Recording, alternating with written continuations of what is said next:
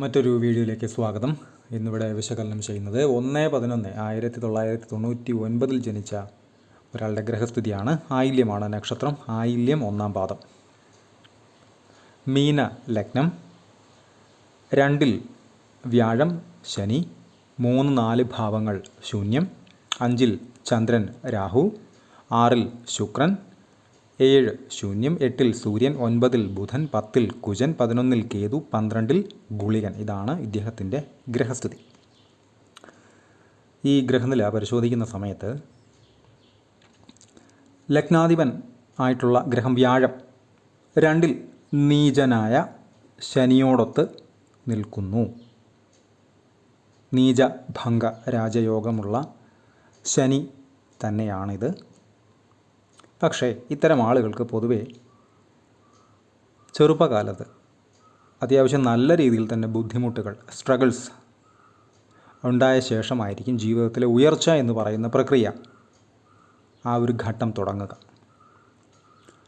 ഇദ്ദേഹത്തെ സംബന്ധിച്ച് സമാനം തന്നെയായിരുന്നു അനുഭവങ്ങൾ. കുടുംബപരമായിട്ടൊക്കെ ധാരാളം സാമ്പത്തികമായിട്ടുള്ള ബുദ്ധിമുട്ടുകളൊക്കെ ഇദ്ദേഹത്തിനുണ്ടായിരുന്നു എന്നറിയാൻ കഴിഞ്ഞു. 4-ലേക്ക് നീചനായി നിൽക്കുന്ന ശനിയുടെ 3-ാമത്തെ ദൃഷ്ടിയുണ്ട്. രാഹുവിൻ്റെയും ദൃഷ്ടി ഉണ്ട്. അപ്പോൾ അതുകൊണ്ട് അത്തരം അനുഭവങ്ങൾ ഉണ്ടാകാനുള്ള സാധ്യത വളരെ വളരെ കൂടുതലുമായിരുന്നു. ഈ ഗ്രഹനിലയിൽ 2 ഗ്രഹങ്ങൾ നീച ഭംഗരാജയോഗം ചെയ്യുന്നുണ്ട്. 1 ശനി, 2 സൂര്യൻ. പരസ്പരം ശത്രുക്കളാണ് ശനിയും സൂര്യനും. അതിൻ്റേതായിട്ടുള്ള ഒരു ശ്രദ്ധ എപ്പോഴും അത്യാവശ്യവുമാണ്. ഇവിടെ നേരത്തെ പറഞ്ഞു, സാമ്പത്തികമായിട്ട് ധാരാളം ബുദ്ധിമുട്ടുകൾ ഉണ്ടായിരുന്ന ഒരു കുടുംബമായിരുന്നു. ധാരാളം സ്ട്രഗിൾസ് അനുഭവിച്ച ശേഷമാണ് ഇദ്ദേഹത്തിൻ്റെ ഉയർച്ച എന്ന് പറയുന്ന ഘട്ടം തുടങ്ങിയത് എന്ന്. ഇദ്ദേഹത്തിന് നിലവിൽ സർക്കാർ ജോലി കിട്ടിക്കഴിഞ്ഞിരിക്കുന്നു. ഈ അടുത്ത കാലത്താണ് കിട്ടിയത്. അതായത് ശുക്രനിൽ ശനി നടക്കുന്ന സമയത്ത് തന്നെയാണ് അത് കിട്ടിയത്. അപ്പോൾ അതിന് വേണ്ടുന്ന ശ്രമങ്ങൾ ഇദ്ദേഹം നല്ല രീതിയിൽ തന്നെ നടത്തിയിരുന്നു എന്നും അറിയാൻ കഴിഞ്ഞു. എന്തുകൊണ്ടാണത്? ലഗ്നാൽ 10-ൽ കുജൻ വ്യാഴത്തിൻ്റെ ക്ഷേത്രത്തിൽ, അവിടേക്ക് ലഗ്നാധിപത്യം വഹിക്കുന്ന നീചഭംഗ രാജയോഗം ചെയ്തു നിൽക്കുന്ന ശനിയോടൊത്ത് നിൽക്കുന്ന വ്യാഴം, ലഗ്നാധിപൻ വ്യാഴത്തിൻ്റെ 9-ാമത്തെ ദൃഷ്ടി. ഇത്തരക്കാർക്ക് സർക്കാർ ജോലി പോലെയുള്ള കാര്യങ്ങൾ കിട്ടാനുള്ള സാധ്യത കമ്പാരിറ്റീവ്ലി മറ്റുള്ള ആളുകളെ അപേക്ഷിച്ച് വളരെ വളരെ കൂടുതലാണ്. അതിൽ തന്നെ സൂര്യൻ്റെ സാന്നിധ്യം കൂടെയൊക്കെ, സൂര്യൻ കുജൻ ഒരുമിച്ച് വ്യാഴത്തിൻ്റെ ക്ഷേത്രത്തിൽ നിൽക്കുന്നു. വ്യാഴം അതിലേക്ക് ദൃഷ്ടിയൊക്കെ ചെയ്ത് കഴിഞ്ഞാൽ IAS IPS പോലെയുള്ള ഉന്നതമായിട്ടുള്ള പദവികൾ അലങ്കരിക്കുന്ന ധാരാളം ആളുകളുടെ ഗ്രഹനിലകളൊക്കെ എടുത്ത് പരിശോധിച്ച് കഴിഞ്ഞാൽ അത്തരം അവസ്ഥകൾ കാണാൻ കഴിയും. ഇവിടെ അത് ലഗ്നാൽ 10-ൽ കുജൻ നിൽക്കുന്നു. കുജൻ വ്യാഴം നല്ല ബന്ധത്തിൽ തന്നെയാണ്. വ്യാഴത്തിൻ്റെ ദൃഷ്ടിയും വരുന്നു. നീചഭംഗ രാജയോഗം കൃത്യമായിട്ട് അവിടെ വർക്കാവുകയും ചെയ്തു.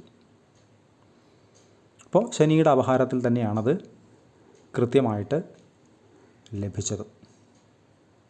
അത് വളരെ നല്ല ഒരു സൈൻ തന്നെയാണ്. അദ്ദേഹം അതിനുവേണ്ടി ശ്രമിച്ചിരുന്നു. ആ ശ്രമങ്ങളെയാണ് ഇവിടെ ഏറ്റവും കൂടുതൽ എടുത്തു പറയേണ്ടുന്നത്. ഇപ്പോൾ ജാതകം ഇതുപോലെ ഇരിക്കുന്നു, അല്ലെങ്കിൽ ശ്രമിക്കുന്നില്ല എന്ന് പറഞ്ഞു, അല്ലെങ്കിൽ അങ്ങനെയാണ് എങ്കിൽ ആ കിട്ടേണ്ടുന്ന ഭാഗ്യം അകന്നകന്ന് നിൽക്കുക തന്നെ ചെയ്യും. അത് വേണമെന്ന് കരുതി കൃത്യമായിട്ട് ഇന്നത്തെ കാലത്തൊരു സർക്കാർ ജോലി പ്രത്യേകിച്ചും ലഭിക്കണമെങ്കിൽ എന്തെല്ലാം എഫേർട്ടുകൾ വേണ്ടി വരും, എന്തുമാത്രം അതിനുവേണ്ടി മനസ്സ് ഉരുക്കേണ്ടതായി വരും എന്ന് ഒരുവിധപ്പെട്ട ആളുകൾക്കൊക്കെ അറിയാം.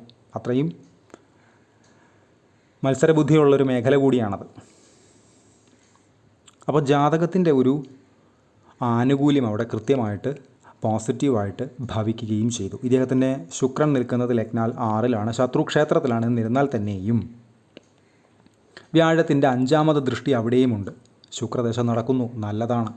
ഇവിടെയാണ് വ്യാഴം എന്ന് പറയുന്ന ശക്തനായിട്ടുള്ള ശുഭഗ്രഹത്തിൻ്റെ പ്രാധാന്യം കൂടുന്നത്. നടക്കുന്ന ദശയുടെ അധിപനിലേക്ക് വ്യാഴം ദൃഷ്ടി ചെയ്തു. ലഗ്നാൽ 10-ലേക്കും വ്യാഴം ദൃഷ്ടി ചെയ്തു.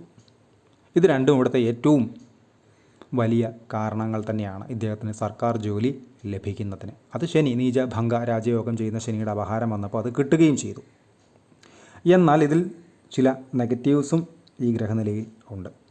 ഒന്ന്, 4-ലേക്ക് നീചനായി നിൽക്കുന്ന ഭംഗമുണ്ട് എന്നിരുന്നാൽ തന്നെയും ശനിയുടെ മൂന്നാമത്തെ ദൃഷ്ടി രാഹുവിൻ്റെ ദൃഷ്ടിയും കൂടെ വരുന്നു. അവിടേക്ക് കുജൻ്റെയും ദൃഷ്ടി വരുന്നു. അപ്പോൾ കുടുംബ സംബന്ധമായിട്ടുള്ള ധനപരമായിട്ടുള്ള ക്ലേശം, ബുദ്ധിമുട്ട്, അതല്ലെങ്കിൽ അസ്വസ്ഥത ഒക്കെ ഉണ്ടാകാനുള്ള സാധ്യത ഇത്തരക്കാർക്ക് വളരെ കൂടുതലാണ്. അത് അദ്ദേഹം അനുഭവിച്ചിട്ടുമുണ്ട്. അതുപോലെ തന്നെ ബാധ്യതകൾ പോലെയുള്ള കാര്യങ്ങളിലേക്ക് പോകുന്നതിന് മുൻപ് എപ്പോഴും ഒരു പുനർവിചിന്തനം അത്യാവശ്യം തന്നെയാണ് ഇത്തരം ജാതകർക്ക്. അവിടെ ശനിയുടെ സാന്നിധ്യമുണ്ട്, ചന്ദ്രനോടൊത്ത് നിൽക്കുന്ന രാഹുവിൻ്റെ സാന്നിധ്യമുണ്ട്, കുജൻ്റെയും സാന്നിധ്യം ഉണ്ട്. ഇത് വളരെ ശ്രദ്ധിക്കേണ്ടുന്ന ഒരു പോയിൻ്റാണ്. വളരെ നിവൃത്തിയില്ലാത്തൊരു സിറ്റുവേഷൻ വന്നാൽ മാത്രമേ ബാധ്യതകളെക്കുറിച്ച് ആലോചിക്കാവൂ. ലോൺ, കടം, ഗോൾഡ് ലോൺ പോലെയുള്ള ഭൂമി പണയം വെച്ച് പണം വാങ്ങുന്ന പോലെയുള്ള ഏർപ്പാടുകളിൽ നിന്ന് പരമാവധി ഒഴിഞ്ഞു നിന്നാൽ അത്രയും നല്ലത്. കാരണം അതിൽ പോയി പെട്ടുകഴിഞ്ഞാൽ പെട്ടെന്ന് ജോലി ഉണ്ടെങ്കിൽ പോലും ഊരി വരാൻ പറ്റിക്കോണമെന്ന് ഇല്ല. ധാരാളം ആളുകൾ അങ്ങനെ വിളിക്കാറുണ്ട്. അപ്പോൾ അത് ഒഴിവാക്കി നിർത്താൻ പ്രത്യേകം ശ്രദ്ധിക്കുക. അതുപോലെ തന്നെ ലഗ്നാൽ 5 മനസ്സിൻ്റെ സ്ഥാനത്ത് ചന്ദ്രൻ, രാഹു, അവിടേക്ക് കുജൻ്റെ 8ാമത്തെ ദൃഷ്ടിയുമുണ്ട്. അത് കർക്കിടകത്തിലെത്തുമ്പോൾ നീച ദൃഷ്ടിയാണ്. കുജൻ ചന്ദ്രൻ നല്ല കോമ്പിനേഷനാണ് പൊതുവെ. ആ നീചത്വം എന്ന് പറയുന്ന അവസ്ഥ ദൃഷ്ടിയിലൂടെ. അതുപോലെ തന്നെ രാഹുവിൻ്റെ സാന്നിധ്യം മനസ്സിനെ ഏതെങ്കിലുമൊക്കെ രീതിയിൽ കലുഷിതമാക്കാനുള്ള സാധ്യത വളരെ വളരെ കൂടുതലാണ്. ടെൻഷൻ കൂട്ടാം, ആത്മവിശ്വാസം ഇല്ലായ്മ കൂട്ടാം. ഇതിനെല്ലാം വകഞ്ഞു മാറ്റിയിട്ടാണ് അദ്ദേഹം പഠിച്ചതും ആ ജോലി വേണമെന്ന് വച്ചതും ആ ജോലി അദ്ദേഹത്തിന് ലഭിച്ചതും. അപ്പോൾ ആർജവം, ഇച്ഛാശക്തി എന്ന് പറയുന്നത് ചെറുതല്ല. വ്യാഴം അവിടെ അതിൻ്റെ ജോലി ലഗ്നാധിപത്യം വഹിച്ചുകൊണ്ട് നിന്നതുകൊണ്ട് തന്നെ 10ലേക്ക് ദൃഷ്ടിയും കൊടുത്തതുകൊണ്ട് തന്നെ ഇപ്പോഴത്തെ നടപ്പ് ദശയുടെ നാഥനായിട്ടുള്ള ശുക്രനിലേക്കും ദൃഷ്ടി കൊടുത്തതുകൊണ്ട് തന്നെ കൃത്യമായിട്ടത് ചെയ്തു. അതുപോലെ തന്നെ ശ്രദ്ധിക്കേണ്ടുന്ന മറ്റൊരു കാര്യമാണ് 7ാം ഭാവാധിപനായിട്ടുള്ള ഗ്രഹം ബുധൻ കുജൻ്റെ ക്ഷേത്രത്തിൽ നിൽക്കുന്നു. ശത്രു ക്ഷേത്രമാണ്, മാരകത്വമില്ല എന്നേ ഉള്ളൂ, ശത്രു ക്ഷേത്രം തന്നെയാണ്. അത് ശ്രദ്ധിക്കേണ്ടുന്ന ഒരു കാര്യം കൂടിയാണ്. മാത്രവുമല്ല വിവാഹകാരകൻ വ്യാഴത്തിൻ്റെ ദൃഷ്ടിയുണ്ട് എന്നിരുന്നാൽ തന്നെയും ശത്രു ക്ഷേത്രത്തിലാണ് നിൽക്കുന്നത്. അപ്പോൾ ബുധൻ നിൽക്കുന്ന ക്ഷേത്രവും ശുക്രൻ നിൽക്കുന്ന ക്ഷേത്രവും ഇത് രണ്ടും ശത്രു ക്ഷേത്രങ്ങളായതുകൊണ്ട് തന്നെ വിവാഹ സംബന്ധമായിട്ടുള്ള കാര്യങ്ങളിൽ ഒരു ശ്രദ്ധ അത്യാവശ്യം തന്നെയാണ്. ചേരുന്ന ജാതകങ്ങൾ എടുക്കാൻ പ്രത്യേകം ശ്രദ്ധിക്കേണ്ടതാണ്. കാരണം എന്തെല്ലാം ഉണ്ടെങ്കിലും ഏതെങ്കിലുമൊക്കെ രീതിയിൽ മനസ്സ് അസ്വസ്ഥമാകണമെന്നൊരു യോഗം തന്നെ ഇദ്ദേഹത്തിന് ഇവിടെയുണ്ട്. 5 രാഹു ചന്ദ്രൻ കോമ്പിനേഷൻ. അപ്പോൾ അത് വിവാഹ സംബന്ധമായിട്ടുള്ള കാര്യങ്ങളിലൊക്കെ പ്രത്യേകം ശ്രദ്ധിക്കുക. അതേപോലെ തന്നെ ഇദ്ദേഹത്തിൻ്റെ ചെലവുകൾ ലഗ്നാൽ 12 ഗുളികൻ ചെലവിൻ്റെ സ്ഥാനത്ത്, അതായത് വ്യയസ്ഥാനത്തൊക്കെ ഗുളികൻ അല്ലെങ്കിൽ രാഹുവിൻ്റെ സാന്നിധ്യം ഒക്കെ വന്നു കഴിഞ്ഞാൽ ചെലവുകൾ അനിയന്ത്രിതമായി കൂടുന്നതായിട്ട് കാണാം. ചില ആളുകളെ കണ്ടിട്ടില്ലേ, നല്ല വരുമാനം ഉണ്ടാകും, അതിനനുസരിച്ച് തന്നെ ചിലവുണ്ടാകും. എത്ര തന്നെ ചിലവിനെ കുറച്ച് നിർത്താൻ ശ്രമിച്ചാലും അത് വർദ്ധിച്ചുകൊണ്ടേയിരിക്കും നാൾക്ക് നാൾ.